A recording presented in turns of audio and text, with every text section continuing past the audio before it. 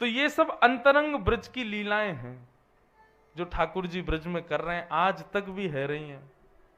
हमारे ब्रज में तो लीला बता में कि एक गोपी रोज मक्खन निकारो करती गोवर्धन में, और मक्खन निकार के मटकी में सजाए के ले जाती मंदिर में, और मंदिर में ले जाके श्रीनाथ जी के सामने वहां को ढक्कन हटा के कहती, लाला दौरी गैया को मक्खन निकारो मैंने दूध ते, आजा खावे आजा। ठाकुर जी के सामने जाकर के ठाकुर जी को प्रलोभन दे रही है मक्खन को। एक दिन आएगो, 2 दिन आएगो, 5-6 दिन आएगा, एक दिन जाके मैंने ठाकुर जी की, लाला मुझे लगे अब तुम्हें वो बल बचो ना है जैसो द्वापर में हो। द्वापर में तो गोपी निकारती तो कुछ सुगंधी आ जाती तो भग जा तो लेवे, मैं तो को आए के दिखाए के जाऊं कि मेरे घर में मक्खन धरो, तू आवे ही ना है। ठाकुर जी को महाराज वाने आज चुनौती दे दी, बोले तो मैं ताकत हो तो लाला मेरे घर की चोरी करके दिखा। आज से ज्यादा नहीं 450 साल पुरानी चर्चा है।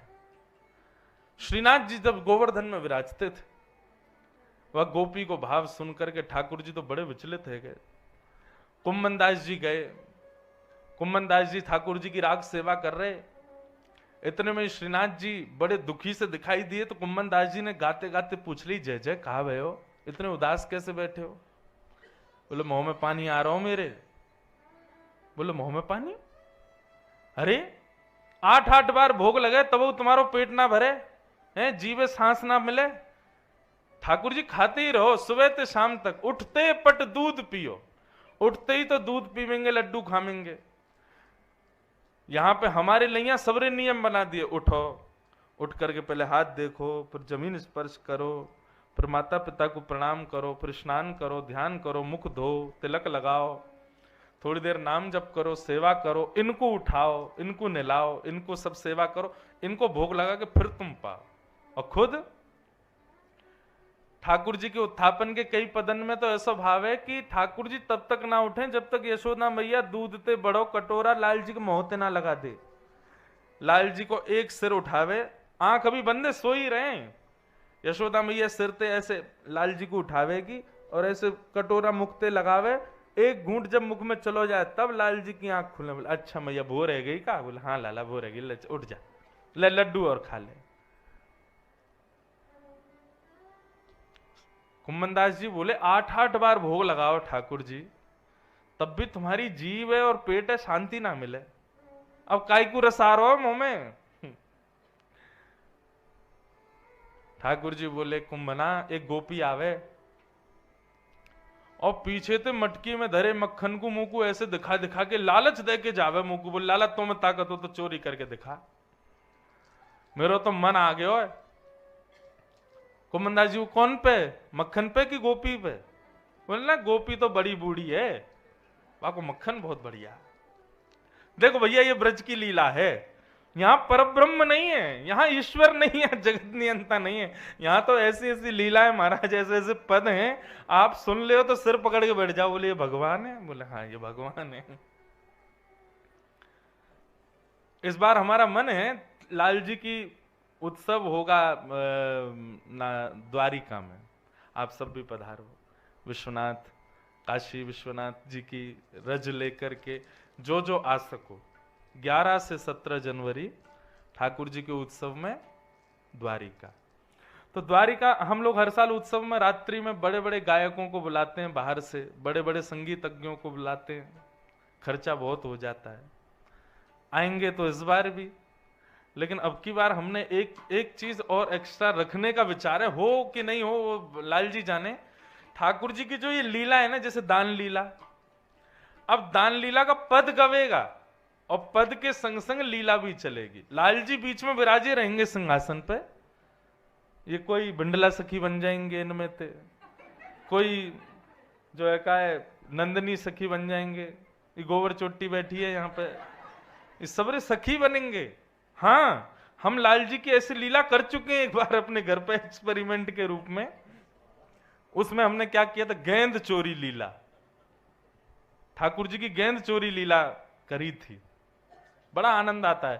तो लीला के पद जैसे चलेंगे, हम कोई देखो रासलीला नहीं करेंगे, ये सब रहेंगे ऐसे ही, बस चुनरी ओढ़ ओढ़ के आ जाएंगे, बस सखी आ गई, लाल जी फिर वहां पे कोई के संग दान लीला करेंगे, कोई के संग गेंद चोरी लीला करेंगे, कहीं छाक लीला करेंगे।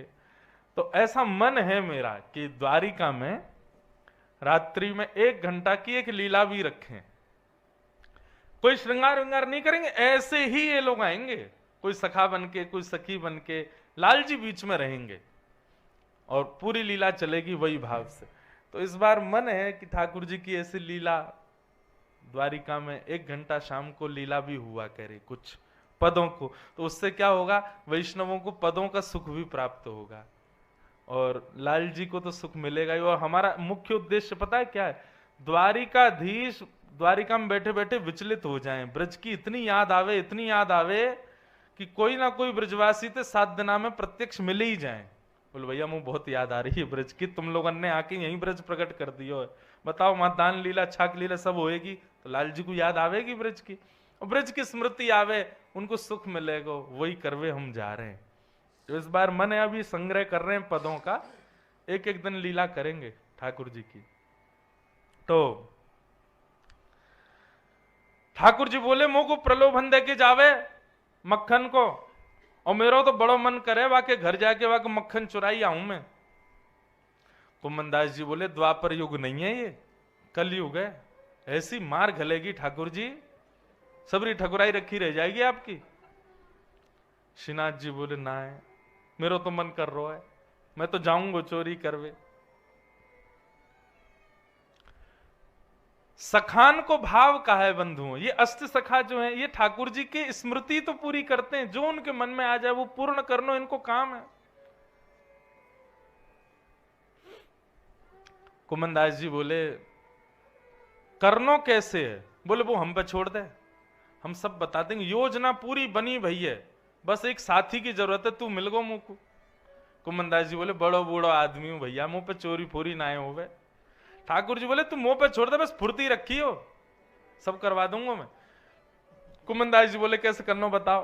बोले रात्रि में जैसी शयन आरती होए मंदिर की, शयन आरती के बाद गुसाई जी कपाट बंद करके चले जाएंगे, सोई पीछे की खिड़की पे आ जाइयो, और वह खिड़की से मैं उतर के तेरे कंधा पे बैठ के चल दूंगा। ठीक है। रात्रि में शयन आरती हुई, मंदिर बंद हो गया, गुसाई जी आदि परिकर सब चले गए मंदिर से, तब चुपचाप कुमनदास जी आए और आकर के मंदिर के पीछे जहां गर्भगृह है वहीं खिड़की के नीचे आके खड़े है गए। इतने में ही बंधु मैं तो कभी कभी चिंतन करता हूं इस लीला का, मेरे रोंगटे खड़े हो जाते हैं, कितने कितने प्रिय हैं लाल जी। खिड़की में से ठाकुर जी पधारे बाहर, मुकुट धारण किया है सिर पे। रात्रि में ठाकुर जी 2 माल पहनते हैं। अच्छा 2 माल का कितना सुंदर भाव, रात्रि में ठाकुर जी सारा श्रृंगार उतार देते, 2 माल पहन के सोते हैं। 2 माल को मतलब क्या है, किशोरी जी की दोनों भुजा ठाकुर जी के माने आलिंगन कर रखो है श्री जी ने, वाकु गले से लगा के फिर ठाकुर जी 2 माल के भाव से, ठाकुर जी के एक एक श्रृंगार के पीछे भाव। आज पीली पाग पहनी है तो या को मतलब सूरदास जी की याद आ रही है ठाकुर जी को। आज कौन सा रंग हो गया मैं भूल गो, फिरोजी, फिरोजी वस्त्र धारण किए तो ठाकुर जी कृष्णदास जी को याद कर रहे हैं। आज कितनी माला पहनी है ठाकुर जी ने, वाकई भी सब भाव है, एक एक चीज। केवल श्रृंगार करके हमको लुभावे को खड़े ना हो मैं ठाकुर जी कोई लीला का स्मरण करके श्रृंगार कराते हैं। ये तो हमने अपने ठाकुर जी की सेवा में देखो, हमारे लाल जी 2 रूप धारण करते हैं, एक तो जगन्नाथ भेष और एक श्री जी को भेष, और इन दोनों भेषों को ठाकुर जी तब तक धारण नहीं करेंगे जब तक आप उनको पद नहीं सुनाओ। जगन्नाथ भेष में तो जब तक श्री जी का विरह नहीं सुनाओगे ठाकुर जी को तब तक जगन्नाथ बनते ही नहीं है। विरह विरह स्वरूप है ना जगन्नाथ जी का। हमारे संग देखो अभी प्रत्यक्ष विराज रहे ये जगन्नाथ जी, बड़े मधुर लाल जी हैं भैया, ये भी हमारे लाल जी के सब सखा हैं। तो जगन्नाथ जी को जो ऐसा स्वरूप है ना, हाथ नहीं, पांव नहीं, मुख भी ऐसा, ये विरह का स्वरूप है। श्री जी के विरह में ठाकुर जी ऐसे है गए। हम अपने लाल जी को जब जगन्नाथ जी बनाते हैं, जब तक श्री जी का विरह नहीं सुनाओगे ठाकुर जी को तब तक वो जगन्नाथ बनते ही नहीं। वो नेत्र धारण करेंगे ही नहीं जगन्नाथ जी जैसे। कितने प्रत्यक्ष हैं ठाकुर जी। तो ठाकुर जी निकल के आए जंगला में से, कुम्भन दास के कंधा पे जाके बैठ गए। चल कुंभना। बोले कहां को चलना? बोले सीधो चल। सीधे चल। आगे तो दाएं मुड़ जा। बोले हाँ सीधो चल। यहां तो बाएं मुड़ जा। कुम्भन दास जी बोले तुम कब है आए वाक्य यहां? बोले अरे उस सखी आके मुझको रोज मार्ग और बताई जाती कि मेरो घर कहां है, मुझको सब याद है। लाल जी लेके कुम्भन दास जी को पहुंच गए और जैसे ही पहुंचे महाराज, ठाकुर जी भीतर प्रवेश कर गए। भीतर प्रवेश करके ऊंचे छींके पे मटकी लटकी लाल जी कुम्भन दास जी के ऊपर खड़े हो गए। कुम्भन दास जी ने चरण पकड़ लिए। ठाकुर जी छींका में थे बढ़िया मक्खन निकारे, मक्खन निकाल के चाटे और वही मक्खन को लेकर के नीचे कुम्भन दास जी के मुख में दे रहे हैं अपने हाथन से। अधरामृत मिश्रित ठाकुर जी के हाथ से मक्खन कुम्भन दास जी के मुख में जैसे ही गए हो, कुम्भन दास जी तो मंत्र मुग्ध है गए। आहा, आज तक जिन लीलाओं को स्मरण किया वो लीला आज पहली बार अनुभव में आ रही है। ऐसी मधुर। कुम्भन दास जी तो भावावेश में चले गए। ठाकुर जी बीच बीच में चरण तक करें, हे कुम्भना ढीलो मत करे, पाम गिर जाऊंगा मैं। कुम्भन दास जी पकड़ ले। हाँ लाल जी पकड़ रखो है। कुम्भन दास जी के मन में आई एक बार देखूं तो सही है चोरी कर कैसे रहे, इनको रूप कैसा लग रहा है। जैसे ही ऊपर देखी तो महाराज ठाकुर जी की धोती खिसक रही है नीचे और यहां से धोती खिसक रही है। ठाकुर जी तो माखन खावे में व्यस्त। कुम्भन दास जी बोले जय जय जय जय जय जय, कपाट खुल रहे हैं जल्दी बंद करो। इतने में ही ठाकुर जी ने चतुर्भुज रूप धारण किया। दो भुजाते तो अपनी धोती पकड़ी और दो भुजा से माखन की मटकी पकड़ करके भोग लगा रहे हैं। आहा, बोलो चतुर्भुज भगवान की जय हो नाथ। सुदर्शन चक्रधारी चतुर्भुज देखा सुना था आज तक, पर आज माखन को चोरधारी चतुर्भुज रूप में पहली बार देखो भैया हमने। और कैसा चतुर्भुज धोती पकड़ रहे हैं अपनी। या छवि को देख करके कुम्भन दास कौन रह सके। ऐसी छवि देखने के बाद भी खड़े है पा रहे हो तो इसका मतलब आपने छवि देखी ही नहीं। कुम्भन दास जी की तो सुध बुध खो गए। महाराज लड़खड़ाने लगे पैर। ठाकुर जी बोले कुम्भना कुम्भना कुम्भना। इतने तो कुम्भन दास जी गिर गए, ठाकुर जी लटक गए छीके थे।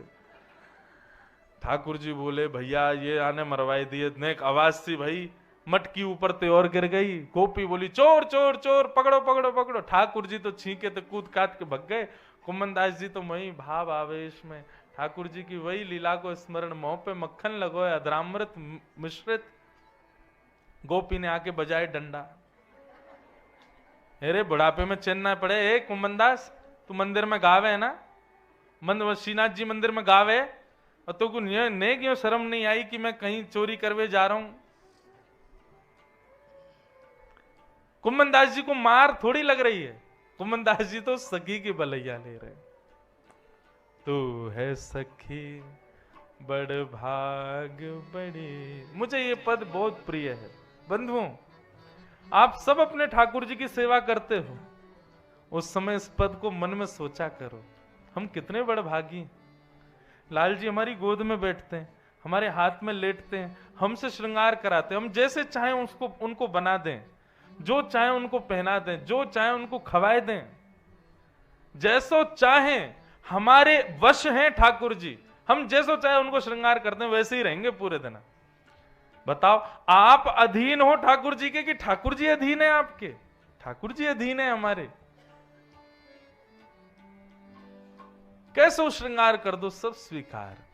बल्कि बंधु हमारे अंदर ऐसी भावना नहीं, हमारे जीवन में जरा सी भी थोड़ी विचलनता आ जाए, थोड़ा भी विपरीत अवस्था आ जाए, ठाकुर जी को कितना सुनाते हैं हम, लाल जी आपको नेक दया नहीं आवे हैं, ऐसो कर रहे हो हमारे संग, ऐसो कर रहे हो। ठाकुर जी कभी कहें हेरी मैया क्या कर रही है, ऐसो श्रृंगार करे मेरो, तेने ऐसे कपड़ा पहना दिए मुंह चुभ रहा हो भीतर, कभी कहें नहीं, पहन लेते हैं। प्रेम स्वरूप क्या है कि हमारा प्रेमी जो प्रदान करे उसको स्वीकार करे। एक प्रेमी मूंगफली खा रहा था तो मूंगफली उसकी गिर गई, अंधेरा था, ढूंढने लगा कहां गई मूंगफली। उसने महाराज दुनिया भर के साधन कर लिए मूंगफली ढूंढने में। 4-5 लोग आए, बोले भैया कहां गए हो? बोले मूंगफली ढूंढ रहा हूं। बोले अरे दुकानें और खरीद ले, बागू का एक ढूंढ रहो, बोले तू ना समझोगो, मेरी प्रियतमा ने दई, वो मेरी प्रियसी ने दई, मेरी प्रियसी की दई भाई मूंगफली है भैया, वाक्य मूल को तू कैसे समझेगो? मैं 10 रुपए की नहीं खरीद लूं, वहां में वो स्वाद नहीं आएगा, लेकिन प्रियसी की दई भाई मूंगफली को तो सुख ही अलग है। ये लागू भगवान तो करते हैं हमारे साथ, लेकिन हम नहीं करते ठाकुर जी के साथ। हमारे लाल जी को, अब मैं खुद अपने ऊपर कहूं, हम कहां कहां नहीं जाते कथा करने, सब जगह लाल जी संग जाते हैं। पहले दिन पहुंचने में सब जगह व्यवस्था होती है, इतनी व्यवस्था है, हम कितना भी कोशिश कर लें, हमने ठाकुर जी के बहुत कुछ ऐसे बनवा रखे हैं कि ठाकुर जी जहां पहुंचे वहां उनको व्यवस्था पूरी मिले, लेकिन अब एक के बाद एक कथा होती है तो कैसे हो व्यवस्था, लेकिन फिर भी अब व्यवस्थित बेचारे हवाई जहाज में हमारे संग बैठ के आ जाएंगे। भूख लगी हो तो मैं रख तो देता हूं पैसा, मैं ठाकुर जी भूख लगे तो आप कहीं कुछ खा लियो। हमारे ठाकुर जी की झांपी जी में 5-6 हजार रुपए रखे रहते हैं। लाल जी, आकाश में कोई गोपी मिले आपको, नहीं दे राजी राजी तो पैसा दे के खरीद लियो, पेट भर लियो अपनो, भूखे मत रहियो। तो ये सब भाव देख करके कभी कभी लगता है लाल जी को हम जैसे चाहे रखें, कभी शिकायत नहीं करते, और हम शिकायत से कभी बाज नहीं आते, सब स्वीकार करते हैं। ठाकुर जी आप भी स्वीकार करो, जीवन में जो प्राप्त हो हर भाव को अपने प्रियतम के द्वारा दिया गया उपहार समझ के स्वीकार कर लो। जरूरी थोड़ी है प्रियतम सब अनुकूल ही देगा, प्रतिकूल भी तो दे सकता है। और कई बार प्रेम करने वाले प्रियतम प्रियतमा प्रतिकूल इसलिए भी करते हैं ताकि पता चले कि इसका प्रेम मुझसे है कि नहीं। जीवन का हर क्षण बंधु हमारे प्रियतम के द्वारा दिया गया उपहार है, मूंगफली है, खाओ, उसी को लो, उसी को स्वीकार करो। कोमनदास जी सखी से बोले, कहा बताऊं तो को, मैं थोड़ी आयो तेरे यहां चोरी करवे, गोपाल तेरे घर आवत हैं। तो कल से श्रृंगार करो लाल जी को और यही पद को उच्चारण करो। देखियो पूरा पद होएगा तब तक तो लाल जी तैयार रह जाएंगे बिल्कुल। तू अपनो श्रृंगार करत है, तू अपनो श्रृंगार करत है, दर्पण हाथ दिखावत है, दर्पण हाथ दिखावत है। तू है सखी बड़ भाग बड़ी, गोपाल तेरे घर आवत है। तू है सखी बड़ भाग बड़े, गोपाल तेरे घर आवत है। निज कर गूथ सुमन के गजरा, निज कर गूथ सुमन के गजरा, निज कर तो है पहरावत है, निज कर तोए पहरावत बंधु है। अभी कथा चल रही थी तो एक विषय मन में आया। हमारे वृंदावन के रसिक जनों को देखो आप, उनका पहनाव ओढ़ाव श्रृंगार सब कितना साधारण होता है। ज्यादा से ज्यादा श्रृंगार के रूप में ब्रजरज लगा लेंगे, चंदन घिसके लगा लेंगे, तिलक लगा लेंगे। सामान्य संसार के लोगों के लिए वो श्रृंगार नहीं है, परंतु हमारे ब्रज के सब रसिक जन इतने सामान्य क्यों रहते हैं, ताकि हमारी सामान्यता को देख के कभी श्री जी को दया आ जाए और लाडली लाल आकर के हमारा श्रृंगार करें। इसलिए वृंदावन जाके जो स्वयं अपना श्रृंगार कर लेते हैं ना, बहुत बड़े भाव से वंचित हो रहे हो आप। केवल वैष्णव तिलक धारण करो और साधारण ही विचरो। हमारे हरिदासी परंपरा के वैष्णव महात्माओं को देखो, कभी तटीय स्थान जाओ, वहां पर देखो गुदरी पहन के रहेंगे, धोती रहेगी। एक बालक हमारे संग रहते हैं, आए नहीं, यहाँ तो तीन ही हमारे गंधर्व जन आए, एक बालक संग रहते, उनको कभी देखो आप कैसे केवल ब्रजरज लगाए साधारण से वस्त्र पहने घूमते हैं। क्यों? हमें कोई देख लो, हम कौन से ज्यादा टिप टॉप में, हम भी साधारण ही हैं। सफेद धोती, सफेद बगलबंदी, ये भी पटका हमारा नहीं, इन्होंने दिया है। हम पे भी जो है वो भी सब दिए गए, हमने एक पटका आज तक नहीं खरीदा। हम बस इतना देख लेते हैं कि दोनों मिल जाएं, हाँ रंग मिल गए, पहन चलो, इससे ज्यादा कोई श्रृंगार नहीं। कई बार तो मैं दोपहर में कभी नींद लग जाए, वैसे लगती नहीं, लग जाए तो मैं वैसे ही उठ के बाल काट के पहुंच जाता हूं कथा में। लोग बात कहे महाराज जी मुंह तो धो लो, मैंने काहे को, कथा सुनानी है, चलो। क्यों? सामान्य साधारण रह करके भगवत चर्चा गाओगे, कभी श्री जी को मन कर गयो ना, तुमसे रीझ गई तो वही आके तुम्हारा श्रृंगार करें। हम काहे को अपना श्रृंगार करें? हमने अपना रूप या मारे छोड़ रखो कि लाल जी आओ श्रृंगार करो।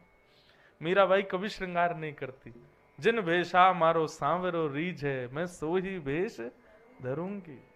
कहो तो कुसुमल साड़ी रंगाऊं, कहो तो भगवा भेष, कहो तो मोतियन मांग भराऊं, कहो छिटकावा केश। मीराबाई फिर भी बहुत सुंदर दिखती, क्यों? लालजी श्रृंगार करते थे मीराबाई का। निज कर गूथ सुमन के गजरा, अपने हाथ पहरावत हैं, तू है सखी बड़ भाग बड़ी, गोपाल तेरे घर आवत। ऐसे लालजी। तो बंधुओं,